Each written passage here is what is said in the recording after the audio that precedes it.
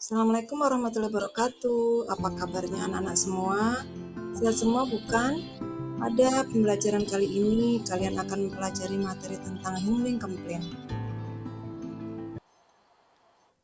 Sebelum memasuki materi, silakan dipersiapkan buku dan alat tulis ya.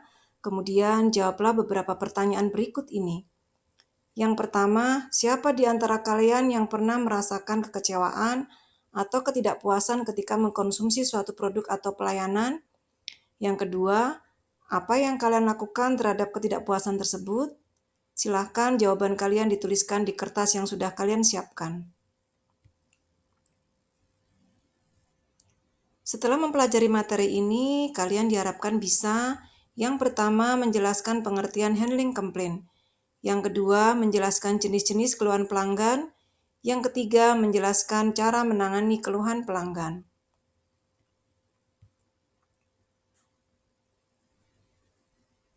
Pengertian handling komplain sendiri adalah teknik penanganan atau mengelola keluhan konsumen dengan cepat, tepat, dan memuaskan.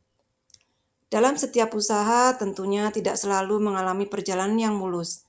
Ada saja mungkin kendala atau rintangan yang dihadapi, di antaranya adalah munculnya komplain pelanggan.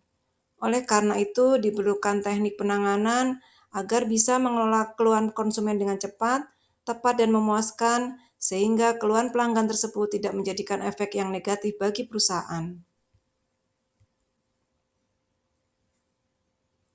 Adapun penyebab dan alasan munculnya komplain diantaranya adalah 1. Adanya ketidakpuasan pelanggan atas produk atau jasa. 2. Kegagalan pelayanan dalam memenuhi harapan pelanggan. 3. Rendahnya respon aparat pelayanan atau keluhan pelanggan. 4. Pelayanan tidak efisien. 5. Banyak pelayanan yang tertunda. 6. Ketidaksopanan atau ketidakramahan penyedia layanan. 7. Penyedia layanan tidak responsif terhadap kebutuhan dan keinginan serta harapan pelanggan. Dari penyebab komplain pelanggan tersebut akan ada 5 kemungkinan respon pelanggan terhadap ketidakpuasan. Yang pertama, tidak melakukan apa-apa. Yang kedua, berhenti membeli produk dan atau menyampaikan word of mouth kepada keluarga, teman, dan orang terdekat. Yang ketiga, menyampaikan komplain secara langsung dan atau meminta kompensasi kepada perusahaan.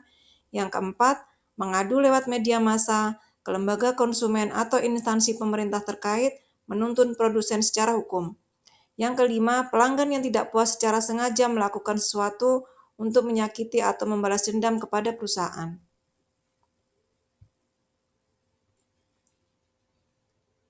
Oleh karena itu, diperlukan cara untuk bisa mengumpulkan keluhan pelanggan sehingga perusahaan bisa melakukan komunikasi atau feedback yang cepat kepada pelanggan yang melakukan keluhan. Yang pertama bisa dilakukan dengan cara kotak saran, kemudian dengan formulir keluhan pelanggan, yang ketiga survei kepuasan pelanggan, yang keempat saluran telepon khusus, yang kelima website, yang keenam kartu komentar.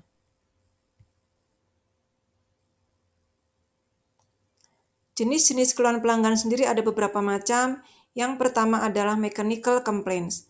Jenis keluhan ini disebabkan oleh kesalahan yang terjadi pada produk dan perlengkapannya. Yang kedua, attitudinal complaints. Jenis keluhan ini disebabkan karena staf atau karyawan mempunyai sikap yang buruk dalam melayani pelanggan. Hal ini dapat mengakibatkan kekecewaan konsumen. Yang ketiga, service-related complaints. Jenis keluhan yang disebabkan oleh buruknya prosedur pelayanan yang diberikan kepada pelanggan. Biasanya dalam hal jasa, misalnya nasabah terlalu lama menunggu akibat pelayanan yang lambat. Yang keempat, unusual complaints. Pelanggan juga dapat melakukan keluhan karena tidak adanya ruangan khusus bagi yang tidak merokok atau karena suasana yang tidak nyaman di dalam ruangan, sehingga pelanggan merasa tidak nyaman. Langkah-langkah yang harus dilakukan untuk menangani komplain adalah yang pertama, mengucapkan terima kasih karena sudah menyampaikan komplain secara langsung. Yang kedua, mengucapkan maaf. Yang ketiga, mencari tahu informasi dari pelanggan. Yang keempat, melakukan langkah konkret untuk secepatnya menangani komplain sesuai dengan permasalahannya. Yang kelima, tunjukkan rasa empati dan komunikasi yang baik. Yang keenam, berjanji hal tersebut tidak terulang lagi. Baik anak-anak, setelah tadi mendengar paparan materi tersebut, maka saya rasa kalian sudah paham mengenai materinya ya. Nah, pada kali ini silahkan kalian nanti dibuat kelompok, kemudian kerjakan beberapa penugasan berikut ini. Yang pertama, carilah contoh kasus komplain pelanggan yang mungkin terjadi di dalam usaha retail. Yang kedua, termasuk jenis komplain apa.